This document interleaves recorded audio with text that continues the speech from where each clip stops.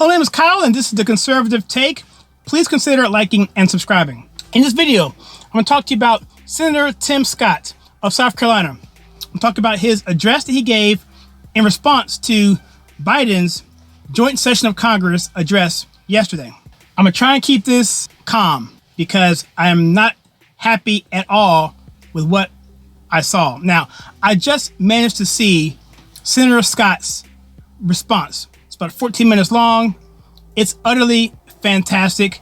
And I haven't been a real big supporter of him or really big fan of Tim Scott. I just haven't. And there's reasons for that, going back to when Trump first announced he was one of the first people that Trump went on to talk to about. And I'll leave the negativity somewhere else. But this address, I'm going to explain this in the live stream tonight.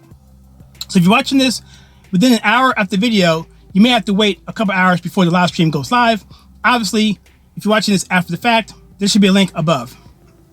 But this speech that Senator Scott gave, and I don't want to be melodramatic on this, was one of the, or could be, I'll put it this way, one of the greatest speeches in the history of this country. And I'll explain that later on.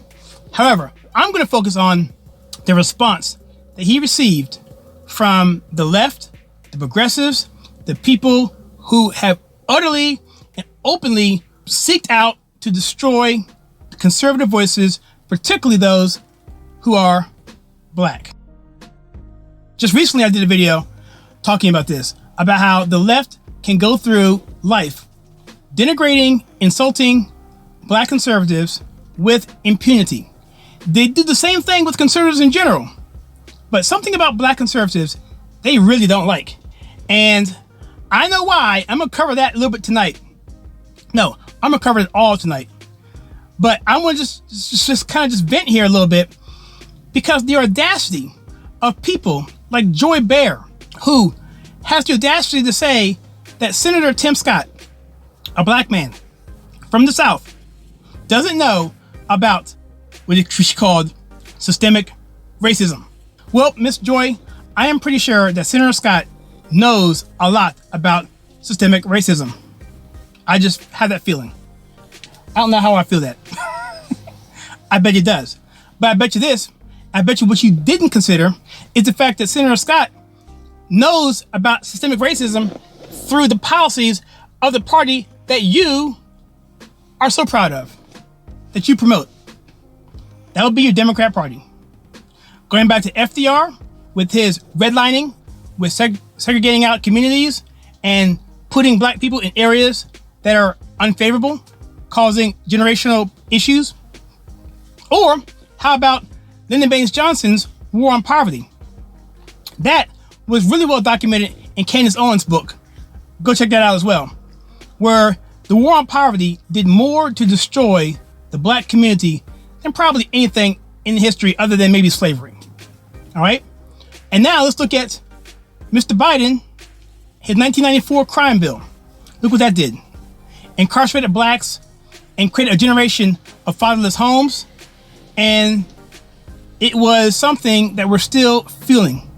But yet they want to put systemic racism on the Republicans or the white man or whatever. Well, it was the white Democrats and their black consortants as well who went along with it. Jesse Jackson, Al, the whole nine, the usual suspects were on board with that. Or they didn't speak out enough because that's what we had. But yet they're going to point the finger at conservatives. And then dare say Joy, Miss Blackface Joy, who appeared in blackface, which isn't really a good thing to do, has the audacity, the gall to say that about a black man, that he doesn't know anything about racism or systemic racism. Just utterly ridiculous. Also, I want to point to Twitter, how Senator Scott, in his rebuttal, say, hey, okay, I've been attacked or called the N-word or called Uncle Tom by progressives, by liberals. And he goes on to say, in a sense, basically saying that the hatred that's coming from the left is incredible. He put it out there on full display. And guess what happened as he was doing that? Hashtag Uncle Tim was trending on Twitter. Hashtag Uncle Tim, which is it's an homage to Uncle Tom, after using a racial slur for a senator, a black man senator from the South, who happens to be conservative, and it's trending on Twitter, and it doesn't get pulled back for hours. Hours. Let me ask you a question. How quickly would it be if someone would put something like that, a hashtag, a white person, by the way, put a hashtag like that derogatory towards LeBron James? How long would it take for that person to be doxxed, his house be raided? How long would it take for Twitter to ban their account? Like I said before, I could name examples of when black conservatives are treated like total crap. I mentioned Condoleezza Rice. That was just one example, but there's dozens and dozens of others. Just like this. They're all over the place, but they go through this with impunity. Again, I know the reason why. I've been kind of thinking about this a lot, and it makes a lot of sense. And I'll shed some light on it right here in this video. I think, and this is just my opinion, but I'm gonna look into this a little further. And if you out there want to look into this myself or yourselves, do that and comment below and let me know. But in 2020, President Trump got one of the largest minority votes turnouts for Republican in decade. He doubled the black woman turnout for who supported Hillary Clinton before. He doubled that result. Now, mind you, it was small results, but still, that's a big number. And so my theory is this. The Democrat Party, the people who look at these elections and so forth, these analysts, these consultants, they know they aren't stupid. They saw those numbers and were like, whoa, that's not good. So I think what's happening is they have to get that black vote back. They have to get it back because they know as they push the party so far further to the left that they're going to have to entrench themselves into various ways to keep power. They're going to have to stack the Supreme Court. They're going to have to put in a couple more states to get 4 more senators. They're going to have to abolish the Electoral College. All of this so they can keep power, but they also want to get their people back, if you get what I'm saying. And it reminds me of learning about the Fugitive Slave Law, a law that basically said that Southern property, being slaves, by the way, who are Democrats, so Democrat property, because every person who was a slaveholder was a Democrat. There was never a Republican who owned a slave. Democrat property, being slaves, being black people, if they were to leave that property, that plantation, so you know where I'm going with this, they had the right to cross state boundaries and go over and grab them and bring them back. So that's the trailer for my later video. Again, if it's after the fact, click above, or just wait a couple hours and you'll see that pretty soon on my live stream. But I think you get where I'm going with that.